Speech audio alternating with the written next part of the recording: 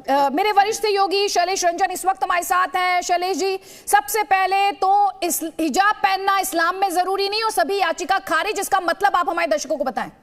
मैं आपको अदिति मैं सिलसिलेवार ढंग से बताता हूं कि हाईकोर्ट ने 3 सवाल फॉर्मुलेट किए थे, जिसमें कहा, पहला सवाल यह था कि क्या हिजाब पहनना इस्लाम में एथिकल प्रैक्टिस होता है, यानी कि ये जरूरी है या नहीं। दूसरा, अगर ये जरूरी है तो फ्रीडम ऑफ एक्सप्रेशन और राइट टू प्राइवेसी का क्या होगा। और तीसरा, जब कर्नाटक सरकार ने 5 फरवरी को एक आदेश जारी किया था, वो सही है कि नहीं। हाईकोर्ट ने जो जवाब दिया है अदिति, उसे पहला जवाब ये दिया है कि वेयरिंग ऑफ हिजाब by Muslim women not part of the essential religious practices under Islam। इसका मतलब ये है कि इस्लाम में किसी भी महिला को हिजाब पहनना जरूरी नहीं माना गया है, और इस चीज को लेकर हाईकोर्ट ने वो जितनी भी याचिकाएं थी उसको खारिज कर दी है। और दूसरा ये कि जो राइट टू प्राइवेसी है उसका भी उल्लंघन हिजाब नहीं पहनने से नहीं होता है। और तीसरा पार्ट ये कि जो कर्नाटक सरकार ने जो 5 तारीख को जो आदेश जारी किया गया था, जिसमें ये कहा गया था कि तब तक से ये तमाम लोग हाईकोर्ट के फैसले को या फिर जो नोटिफिकेशन उसको मानते रहेंगे जब तक कि बाकी चीजें तय न हो जाए। तो ये 3 बातें हाईकोर्ट ने अपने फैसले में साफ कर दी है। पहला ये कि इस्लाम में हिजाब पहनना गैर जरूरी है, और इसके साथ साथ आगे की जो कार्रवाई होगी वो हो सकता है सुप्रीम कोर्ट तक जाए, लेकिन हाई कोर्ट ने जो याचिकाएं थी उसको खारिज कर दिया। तो कुल मिला के शैलेश जी, यहाँ पर आपने कहा कि कोर्ट के सामने 3 सवाल थे। अपने दर्शकों की क्लैरिटी के लिए, दर्शकों को और अच्छे तरीके से समझ में आए, पहला हाईकोर्ट ने कहा कि इस्लाम में हिजाब पहनना जरूरी नहीं। दूसरा, जो राइट टू प्राइवेसी की बात की जा रही थी उसका वायलेशन नहीं है, उसका उल्लंघन नहीं है। और तीसरा, सरकार को फैसले जारी करने का हक है क्या। ये 3 बातें कही गई हैं। जी देखिए, यही तीनों बातें कही गई हैं, और हाईकोर्ट के इस फैसले से तमाम जो सवाल खड़े हो रहे थे उसके ऊपर पूर्ण विराम लग गया है, क्योंकि यही सारे सवाल जो याचिका जो 4 लड़कियां थी उनकी तरफ से याचिका जो दाखिल की गई थी उसमें यही सवाल किए गए थे कि हिजाब पहनना उनका कानूनी हक है और उससे सरकार उससे जानबूझकर उससे किनारे कर रही है। दूसरी बात यह कि उनके संविधान के अनुसार से उनके लिए हिजाब जरूरी है।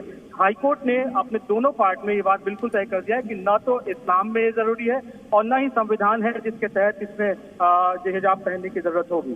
तो कुल मिलाकर जो हाईकोर्ट का फैसला है अदिति, उसमें ये बिल्कुल साफ है कि इस्लाम का जरूरी हिस्सा नहीं है हिजाब पहना, और जो कॉलेज कमेटी या फिर जो यूनिवर्सिटीज होते हैं वो अपने हिसाब से जो भी रूल रेगुलेशन बनाते हैं उसे तमाम छात्रों को ये मानना पड़ेगा। मैं आपको याद दिलाऊं कि ये शुरू से ये बात चलती आ रही थी कि जो रूल रेगुलेशन है वो कॉलेज बनाएंगे या फिर सरकारें बनाएंगी या फिर स्टूडेंट अपने हिसाब से तय करेंगे। तो आज हाईकोर्ट ने तय कर दिया है कि जो भी रूल रेगुलेशन, जो भी कानून बनेगा, जो नियम बनाए जाएंगे, वो स्टूडेंट्स को उसे पास करना पड़ेगा। उसके बाद ही उनका दाखिला होगा, उसके बाद वो आगे अपनी पढ़ाई पूरी कर सकेंगे। नहीं, ये जो आपने लास्ट पार्ट बोला Shailesh ji, can you please repeat that कि रूल्स एंड रेगुलेशन सरकारें बनाएंगी और स्टूडेंट्स। मैं आपको दोबारा क्लियर करता हूँ। 3 सवाल हाईकोर्ट ने तय किए थे। पहला सवाल ये तय किया था कि क्या इस्लाम में ये जरूरी हिस्सा है, हिजाब पहनना जरूरी हिस्सा है। दूसरा सवाल ये था कि अगर ये जरूरी है तो क्या ये संवैधानिक धाराओं का उल्लंघन करता है कि नहीं करता है। और तीसरा कि जो 5 फरवरी को जो वहाँ की यूनिवर्सिटीज ने रूल रेगुलेशन तय किए थे और उसके बाद सरकार ने उसके ऊपर कुछ नियम बनाए थे, वो सही था या नहीं था। पहले सवाल का जवाब हाईकोर्ट ने कहा कि किसी भी सूरत में इस्लाम में हिजाब पहनना जरूरी नहीं होता है, इसलिए ये याचिका खारिज होती है। दूसरा कि राइट टू प्राइवेसी का उल्लंघन होता है कि नहीं होता है। हाईकोर्ट के हिसाब से राइट टू प्राइवेसी के बाद दायरे में नहीं आता, क्योंकि हिजाब इस्लामिक व्यवस्था के हिसाब से भी हिजाब नहीं पहना जा सकता, तो वैसी स्थिति में संविधान की बात यहाँ पर नहीं आती। और तीसरा, जो सरकार और यूनिवर्सिटीज ने जो रूल रेगुलेशन फाइल किए थे उस वक्त 5 फरवरी को जो लागू किए थे वो जारी रहेगा। तो ये बड़ी खबर इस वक्त जी न्यूज आप तक पहुंचा रहा है। मेरे 2 सहयोगी इस वक्त साथ में हैं, हमारे साथ शैलेश रंजन है और साथ ही मेरे सहयोगी जयपाल भी हमारे साथ हैं। कोर्ट रूम में वो मौजूद थे। जयपाल, अगर आप तक आवाज पहुंच पा रही हो। हाँ जयपाल, अगर आप तक आवाज पहुंच पा रही हो। अभी शैलेश जी ने बहुत क्लैरिटी के साथ बताया, 3 सवाल थे जिनके जवाब कोर्ट ने दे दिए, और कुछ ऐसी बातें, क्योंकि लगातार जो लड़कियां कोर्ट में गई उन्होंने ये कहा कि हमें तो कॉन्स्टिट्यूशन के अंदर ये हमारे राइट्स हैं, ये माइनॉरिटीज को राइट्स गारंटीड है। क्या उस सिलसिले में भी इस ऑर्डर में, इस फैसले में कोर्ट की तरफ से कुछ कहा गया, या कोई और ऐसी बड़ी बात जो अभी तक हमने अपने इस डिस्कशन में कवर ना की हो? जी देखिए, इस पूरे फैसले के अंदर में जो सबसे बड़ी बात यह है जो कोर्ट ने कही है, वो सबसे बड़ी बात यह कही है कि हिजाब is not essential religious practice of Islamic faith. यानी कि इस्लाम के अंदर में अगर ये माना जा रहा है कि हिजाब लगाना एक ज़रूरी धर्म का हिस्सा है, तो ऐसा बिल्कुल नहीं है। और इसके साथ ही जो 3 सवाल जो छात्राओं के द्वारा उठाए गए थे, जिसके ऊपर ये पूरा मामला चला, उन तमाम पिटीशंस को जो कि छात्राओं की तरफ से दाखिल की गई थी, तमाम पिटीशंस को कोर्ट ने डिसमिस कर दिया है। और कोर्ट ने ये माना है कि जो आदेश दिए गए थे, यानी यूनिफॉर्म के लिए जो प्रस्तावित यूनिफॉर्म है, वही वैलिड है और उसको बनाए रखने का पूरा अधिकार है। देखिए, इस पूरे मामले के अंदर में जो है बहस लगभग 11 दिनों तक चली है। लगभग एक दर्जन से ज्यादा शैलेश जी कुछ ऐड करना चाह रहे हैं। एक सेकंड, शैलेश जी कुछ ऐड करना चाह रहे हैं, मैं वापस आपको फ्लो देती हूं, क्योंकि क्या कुछ डिस्कशन हुआ उस पर भी बात करेंगे। शैलेश जी। अदिति, मैं आपको बता रहा हूं कि जो मैंने आपको 3 पार्ट बताए, उसमें जो पहला पार्ट हाई कोर्ट ने बिल्कुल साफ कर दिया कि वेयरिंग ऑफ हिजाब by Muslim women not part of essential religious practices under Islam।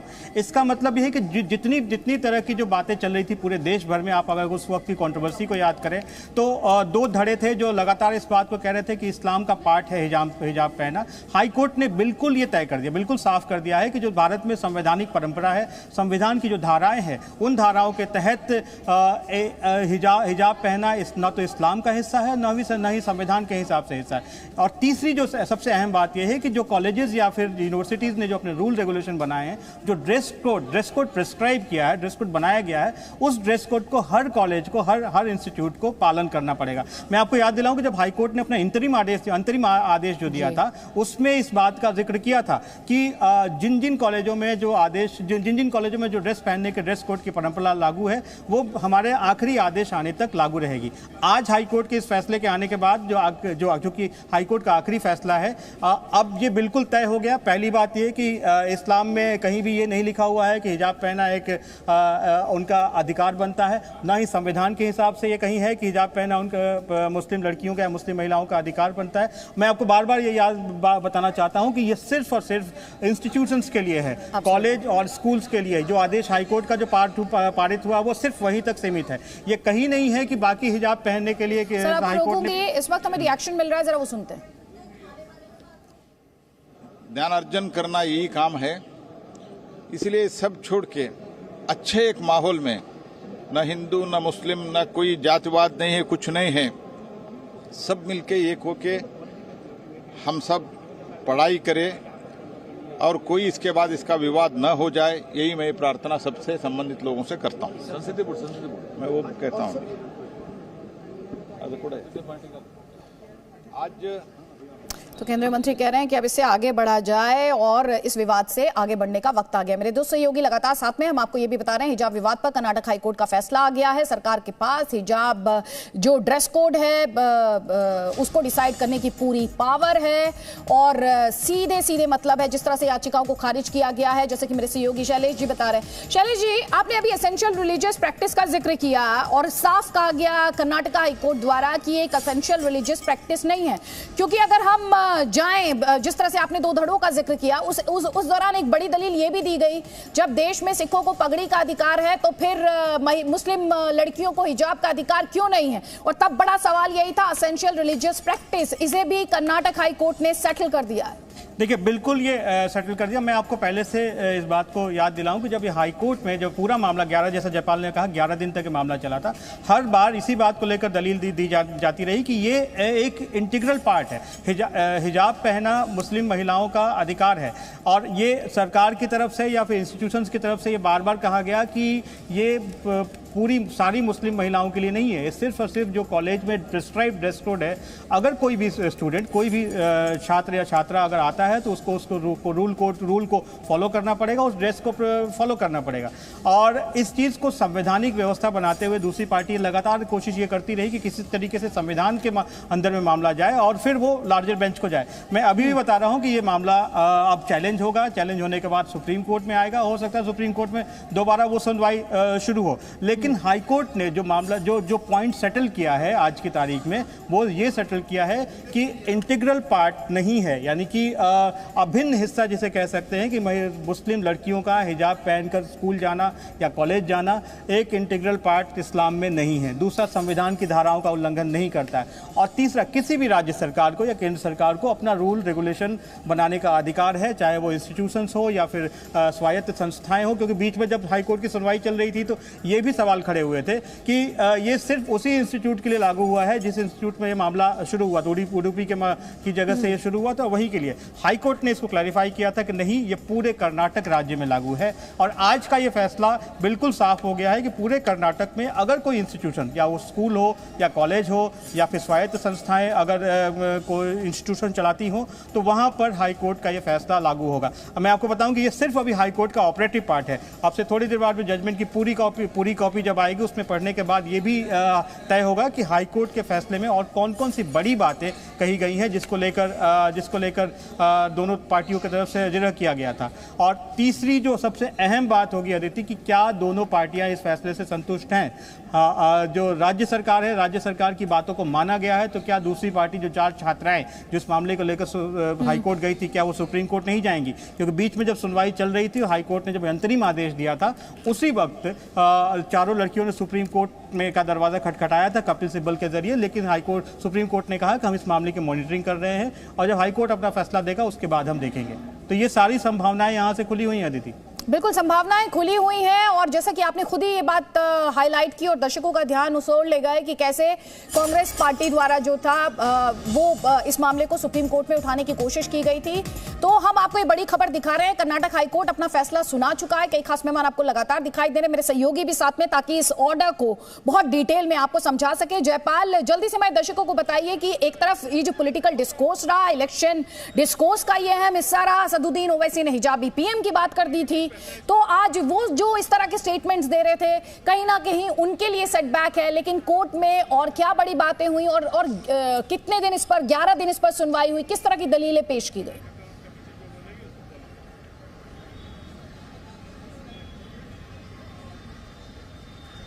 Jaipal, एक बार अपना प्रश्न फिर दोहराएं अदिति। जयपाल, मैं आपसे समझना चाह रही हूं कि 11 दिन की सुनवाई, किस तरह की दलीलें इसमें पेश की गई। जाहिर तौर पर एसेंशियल रिलीजियस प्रैक्टिस नहीं है हिजाब, ये कोर्ट द्वारा स्पष्ट कर दिया गया। कॉन्स्टिट्यूशन को लेकर भी क्लैरिटी दी गई और साथ ही जो राइट्स हैं उनको लेकर भी, जो एजुकेशनल इंस्टीट्यूशंस हैं उन राइट्स को लेकर भी क्लैरिटी यहाँ पर कर्नाटक हाईकोर्ट द्वारा दी गई है। लेकिन कोर्ट में मामला किस तरह से दलीलें पेश की गई दोनों पक्षों द्वारा, अगर संक्षेप में आप हमारे दर्शकों को यहाँ पर बता पाएं। जी बिल्कुल अदिति, देखिए इस पूरे मामले के अंदर में जो सुनवाई हुई है उसके अंदर में जो फोकस रहा है वो आर्टिकल 25 के ऊपर में रहा है। यानी कि आर्टिकल 25 फ्रीडम ऑफ एक्सप्रेशन जो कि आपको है, और किसी भी व्यक्ति को इस देश के अंदर में अपने इच्छा से किसी भी धर्म को चुनने का अधिकार है, किसी भी तरह के कपड़े पहनने का अधिकार है, ये सारी बातें हैं। जो बहस का मुद्दा का विषय रहा वो आर्टिकल 25 के इर्द गिर्द घूमता रहा। लेकिन इसके अंदर में एक जो सबसे बड़ी बात मेरे को समझ में आती है वो है जो अधिवक्ता एस नागानंद के द्वारा आर्टिकल 17 का जिक्र किया जाना। उन्होंने कहा कि आर्टिकल 25 के अंदर में अगर ये माना जा रहा है कि इनकी जो रिलीजियस फ्रीडम है उसकी अवहेलना की जा रही है, तो ऐसा बिल्कुल नहीं है। लेकिन आर्टिकल 17 को समझना बिल्कुल बेहद जरूरी है, क्योंकि आर्टिकल 17 का सब क्लॉज 1 और उसका सब क्लॉज ए ये पूरी तरह से इस बात को बताता है कि आपको धार्मिक जो चिन्ह है या धार्मिक आजादी पूरी है, लेकिन जब वो किसी संस्था के समय के सामने आती है तो वो एक विषय हो सकता है। यानी उसके ऊपर में अगर संस्था किसी प्रकार के कोई नियम बनाती है, कोई कानून बनाती है, तो उसका पालन करना आवश्यक होगा। हालांकि हमको यहाँ पे शैलेश जी मैं वापस आपके पास आना चाहती हूँ। शैलेश जी वापस आपके पास आना चाहती हूँ। जो पॉइंट अभी यहाँ पर जयपाल ने हाईलाइट किया, केरला हाई कोर्ट का judgement, and please correct me, I think it was 2018, तब भी कोर्ट द्वारा ये क्लियरली डिफाइन कर दिया गया था कि इंडिविजुअल गुड पब्लिक गुड के सामने होल्ड नहीं करता है। और यहां पर हम जिस सवाल को लेकर बहुत राजनीति भी हुई, हमने देखा ये चुनावी डिस्कोर्स का हिस्सा बना, हमने देखा इस पर बहुत ज्यादा पॉलिटिकल डिबेट्स हुई, कई लोगों के मुताबिक संविधान खतरे में आ गया। मामला कर्नाटक का था, दिल्ली के शाहीन बाग में प्रोटेस्ट होने लगे, जो एक तरीके का नैरेटिव इसके माध्यम से सेट करने की कोशिश की गई। क्या कहें उस पर भी अब उस पर भी एक तरीके का फुल स्टॉप कोर्ट ने लगा दिया है? बिल्कुल, कोर्ट ने फुल स्टॉप लगा दिया। और मैं आपको बताऊं कि जो हाई कोर्ट का फैसला, हाई कोर्ट ने अपने फैसले में जो सबसे महत्वपूर्ण बात कही है वो कही है संविधान की बात, कि संविधान के तहत किसी को भी इस तरह का राइट नहीं है। जयपाल का कहना सही है कि आर्टिकल 17 का जिक्र हुआ, लेकिन जब राइट टू प्राइवेसी की बात आई और जब याचिकाकर्ताओं की तरफ से कहा गया कि ये उनका अभिन्न हिस्सा है और इसको अलग नहीं किया जा सकता, लेकिन जब हाई कोर्ट ने अपना फैसला दिया तो उसमें जो सबसे अहम बात जो आखिरी पॉइंट में प्रिस्क्राइब किया कि जो रूल और रेगुलेशन अगर इंस्टीट्यूट की तरफ से या सरकारों की तरफ से बनाए गए हैं, उसको हर छात्र को या हर व्यक्ति को उसको फॉलो करना होगा। ये ठीक उसी की तरह है कि अधिकार और कर्तव्य, अगर आपके पास अधिकार है तो आपके पास कर्तव्य भी हैं। अगर आपके पास अधिकार है, आपको बोलने की आज़ादी है, तो उसके साथ रिस्ट्रिक्शंस भी हैं। तो यही चीज़ हाई कोर्ट ने डिफाइन किया है कि आपके पास हो सकता है अधिकार हो हिजाब पहनने का, लेकिन जब आप इंस्टीट्यूशन में जाते हैं या फिर आप पढ़ाई करने के लिए जाते हैं तो वहां का जो रूल रेगुलेशन है, वहां के जो नियम कायदे हैं, उसको आपको जरूर फॉलो करना पड़ेगा। उसमें आपके लिए कहीं बचाव का रास्ता नहीं है और आप ये नहीं कह सकते कि मेरे इस्लाम का प्रैक्टिस है इसलिए मैं हिजाब पहन के इंस्टीट्यूट में जाऊंगी। और इसीलिए ये अपने आप में बहुत अहम हो जाता है कि एसेंशियल रिलीजियस प्रैक्टिस नहीं है हिजाब, ये कोर्ट द्वारा क्लैरिफाई किया गया। मेरे सहयोगी अंकुर त्यागी उडुपी से इस वक्त हमारे साथ हैं। उडुपी में इस वक्त किस तरह के हालात हैं? मेरे से जयपाल बता रहे थे कि किस तरह से लॉ एंड ऑर्डर के लिहाज से कई तरह के इंतजाम किए गए हैं। देखिए, जो सबसे पहला इंतजाम किया गया है वो तो बच्चों को, ये पहले तो मैं आपको स्कूल दिखाऊंगा जहां से इस पूरे विवाद की शुरुआत होती है। यही वो उडुपी का गर्ल्स स्कूल है जहां से ये पूरा विवाद शुरू होता है। फरवरी का महीना था और 9 फरवरी को जो 5 छात्राएं हैं इसी स्कूल के पढ़ी हुई, वो इस पूरे मामले को लेकर हाईकोर्ट में अपनी याचिका है वो दाखिल करती हैं और पूरा मामला हिजाब को लेकर होता है, क्योंकि जो छात्राओं का कहना था कि उनका धर्म का अनिवार्य हिस्सा है हिजाब पहनना, वो पहले भी पहनते आए हैं और अभी भी लगातार पहनते रहेंगे। और इसी बात को लेकर काफी कंट्रोवर्सी हुई। शुरुआत हिजाब से हुई, उसके बाद फिर कई सारे जो छात्र छात्राएं हैं वो केसरिया रंग के जो गमछे हैं, भगवा रंग के जो गमछे हैं, वो पहनकर स्कूल आने लगते हैं और दोनों पक्षों में जो टकराव है वो यहाँ से बहुत ज्यादा बढ़ जाता है। और अब फिर उसके बाद ये मामला 9 फरवरी को जो हाई कोर्ट है वहां पर जाता है सुनवाई के लिए। वहां से लगातार 25 फरवरी तक सुनवाई होती है। 25 फरवरी को इस पूरे के पूरे मामले को लेकर जो फैसला है वो सुरक्षित रख दिया जाता है। और अब जो सुरक्षित जो फैसला है जो आया है वो साफ तौर पे कहता है कि जो हिजाब पहनना है वो इस्लाम धर्म का अनिवार्य अंग नहीं है। आपको जो अंकुर, मैं आपसे जानना चाह रही थी, अंकुर आपसे जानना चाह रही थी, क्या कुछ बहुत जल्दी है क्योंकि अभी हार्डली 20 मिनट्स भी नहीं हुए हैं, लेकिन क्या कुछ स्टूडेंट्स का रिएक्शन मिल पाया है?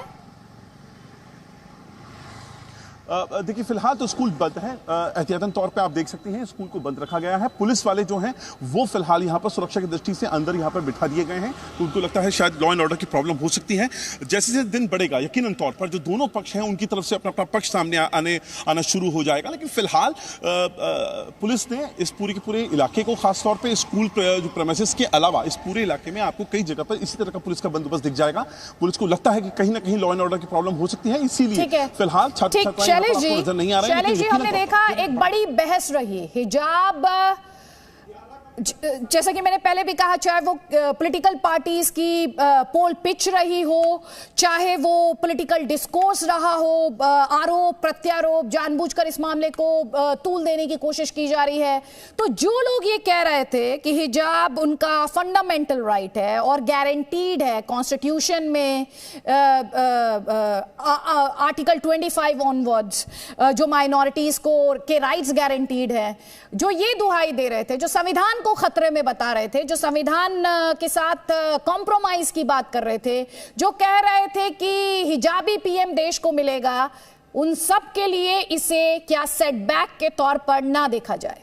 देखिए, सेटबैक और राजनीतिक चीज़ें बिल्कुल अलग हैं, लेकिन जो मैं आपको बताऊं कि हाईकोर्ट में जो सुनवाई होने के लिए गई थी, वहाँ वो मामला पहुंचा कैसे? वहाँ 5 में से 4 लड़कियों ने हाईकोर्ट का दरवाज़ा खटखटाया और कहा कि ये इस्लाम का जो रिलीजियस प्रैक्टिसेस है, वो आप शब्दों पर ध्यान दीजिए, रिलीजियस प्रैक्टिसेस, उसके हिसाब से ये जो रूल रेगुलेशन बनाए गए हैं और वो उसका उल्लंघन करता है, लिहाजा हमें हिजाब पहनकर स्कूल या कॉलेज में जाने की इजाज़त दी जाए।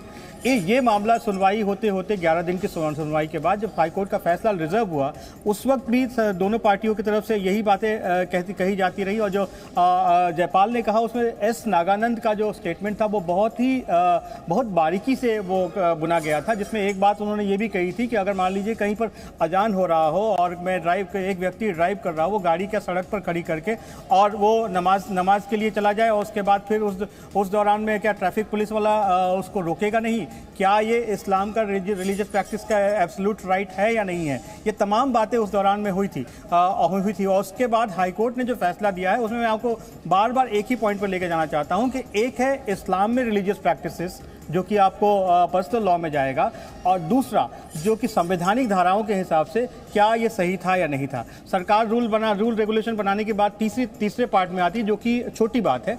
भारत का जो संविधान है वो हर व्यक्ति को गारंटी देता है अपने बोलने की आज़ादी, अपने पहनने की, पढ़ाई करने की आज़ादी देता है, लेकिन उसके साथ साथ रिस्ट्रिक्शंस भी हैं। आर्टिकल 19 यानी कि अनुच्छेद 19 के तहत अगर आप जाएँ तो पहले पार्ट के बाद बाकी जो अनुच्छेद के जो मुख्य बिंदु हैं, उसमें ये बात बिल्कुल साफ कहा गया है कि आपके पास बोलने की आज़ादी तो है, लेकिन उसमें भी रिस्ट्रिक्शन है। आपके पास पहनने की आज़ादी तो होगी, उसमें भी रिस्ट्रिक्शन है। और यहाँ जब कोई भी इंस्टीट्यूशन या फिर कोई भी कॉलेज, स्कूल अपने ड्रेस कोड बनाता है, अपने हिसाब से ड्रेस को प्रिस्क्राइब करता है, तो वो हर व्यक्ति को पहनना होगा, इर्रेस्पेक्टिव ऑफ रिलीजन, चाहे हिंदू हो, मुस्लिम हो, सिख हो, ईसाई हो। इसमें किसी भी धर्म विशेष को छूट नहीं दी जा सकती। ये हाईकोर्ट के इस फैसले से बिल्कुल साफ हो गया है और ये पहले भी सुप्रीम कोर्ट ने कई बार अपने जजमेंट्स में इस बात को क्लैरिफाई किया है। जो केरला हाईकोर्ट के फैसले को आपने जो जिक्र किया था, 2018 का फैसला था, उसमें भी इसी बात को लेकर था कि क्या एक स्टूडेंट अपने हिसाब से अपने ड्रेस कोड में जा सकता है। तो ये एक संविधान की जीत है। हाईकोर्ट के इस फैसले को आप संविधान की जीत के हिसाब से दे सकते हैं कि ये देश जो है वो संविधान से गवर्न होता है और उसी के हिसाब से चलेगा। बार बार ये सवाल खड़े होते रहे हैं अदिति कि क्यों नहीं इस देश में यूनिफॉर्म सिविल कोड हो। सुप्रीम कोर्ट की ऐसी संस्थाएं कई बार इस बात को कह चुकी हैं और मैं आपको बताऊं कि अब से थोड़ी देर बाद पॉलिटिकल पार्टीज भी इस तरफ जाने लगेगी कि यूनिफॉर्म सिविल कोड की बात होने लगेगी। लेकिन ये एक बड़ा और लार्जर मुद्दा है जो कि अभी हो सकता है कोई दूसरी पार्टी सुप्रीम कोर्ट में चैलेंज करे और ये दूसरी बार व्याख्या के लिए जाए। लेकिन आज की तारीख में हाईकोर्ट ने यह फैसला बिल्कुल सेटल कर दिया है कि इस्लाम का ज़रूरी पार्ट हिजाब पहनना नहीं है और दूसरा कि भारत के संविधान के हिसाब से भी आपको ये इजाज़त नहीं देता और तीसरा कि राज्य सरकारों को अपने रूल रेगुलेशन बनाने का अधिकार है। अगर वो किसी को हिजाब पहनने से बाहर करती है अपने कॉलेज में, इंस्टीट्यूट और स्कूल में पहुंचने के लिए, तो उसका अधिकार है। ये 3 बड़ी बातें हैं। बिल्कुल, ये 3 बड़ी बातें हैं। शैलेश जी आप रहिए हमारे साथ, जयपाल भी लगातार हमारे साथ है। जयपाल, ये डिटेल्ड ऑर्डर कितनी देर में एक्सपेक्टेड है और वो कौन सी बातें हैं जो सुनवाई के दौरान आप चाहेंगे आज बहुत ज़्यादा रेलेवेंट हो जाती हैं, या दलीलें जिनमें आज जिन्होंने अपना ग्राउंड होल्ड किया और जो हाईकोर्ट है उसने ये फैसला सुनाया? इसे देखिए अदिति, इस पूरे मामले को अगर हम देखें तो इस पूरे मामले में दोनों पक्षों की ओर से देश के बड़े बड़े अधिवक्ता शामिल हुए हैं। उनकी संख्या अगर कुल मिलाकर के देखी जाए तो 1 दर्जन से ज्यादा है। दलीलें सबकी तरफ से दी गई हैं। 11 दिनों की सुनवाई चली। कुछ ऐसी पिटीशंस भी थी जो इंटरवेनर पिटीशंस थी, जिसके लिए हाईकोर्ट ने एक रिटन में उनसे मांगा कि वो अपनी लिखित में वो दें, क्योंकि कोर्ट के पास इतना वक्त नहीं है कि वो इतने ज्यादा दिन इस एक मामले पे दे पाए। तो इन तमाम चीजों को देखते हुए ये तो साफ है कि जो भी दलीलें दी गई हैं उसको कोर्ट ने पूरी तरह से जांचा होगा, परखा होगा, पढ़ा होगा और उसके बाद ये निर्णय लिए होंगे। तो कोर्ट का ऑर्डर जो है वो काफी बड़ा होगा, लेकिन जो ऑपरेटिव पार्ट है अभी जो कोर्ट ने अभी प्रोनाउंस किया है उसके आधार पर हम ये समझ सकते हैं कि जो भी दलीलें दी गई हैं इस पूरे पक्ष की तरफ से या विपक्ष की तरफ से, कोर्ट ने उसको गौर से पढ़ा है, गौर से समझा है और बहुत तर्कपूर्ण निर्णय लिया है।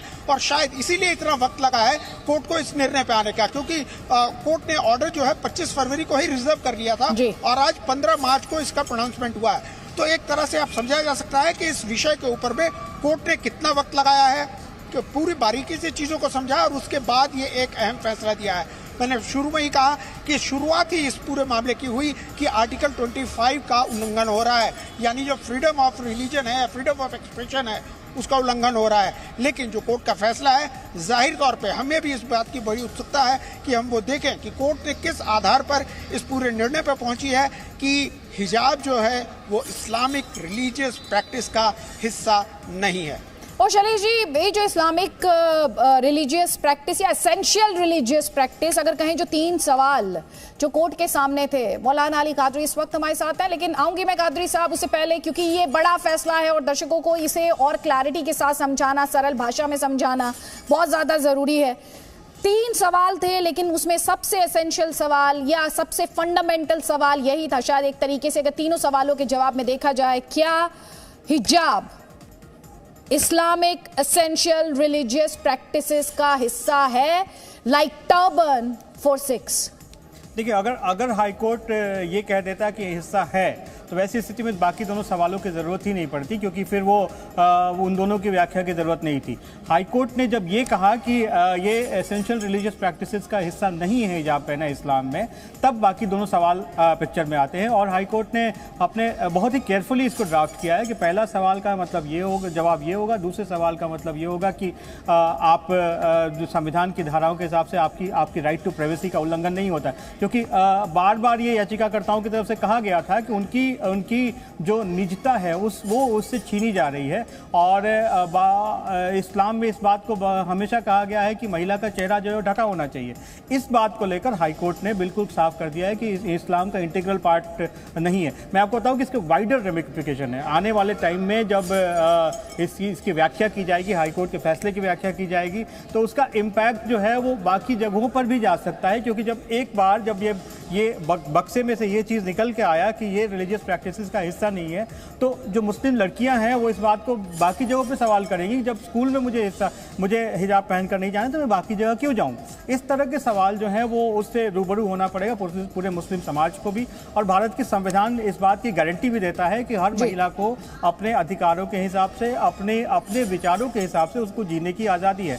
भले ही उसमें रिस्ट्रिक्शंस लगाए गए हैं संविधान की तरफ से कि आप बोले लेकिन दूसरे का भी ध्यान रखें, आप पहने लेकिन दूसरे का भी ध्यान रखें, आप रूल्स रेगुलेशन का ध्यान रखें। तो ये तमाम ऐसी चीज़ें हैं अदिति जो कि धीरे धीरे करके आगे बढ़ेंगी, लेकिन हाईकोर्ट के इस फैसले का काफ़ी दूर तक आप कह सकते हैं कि असर होगा।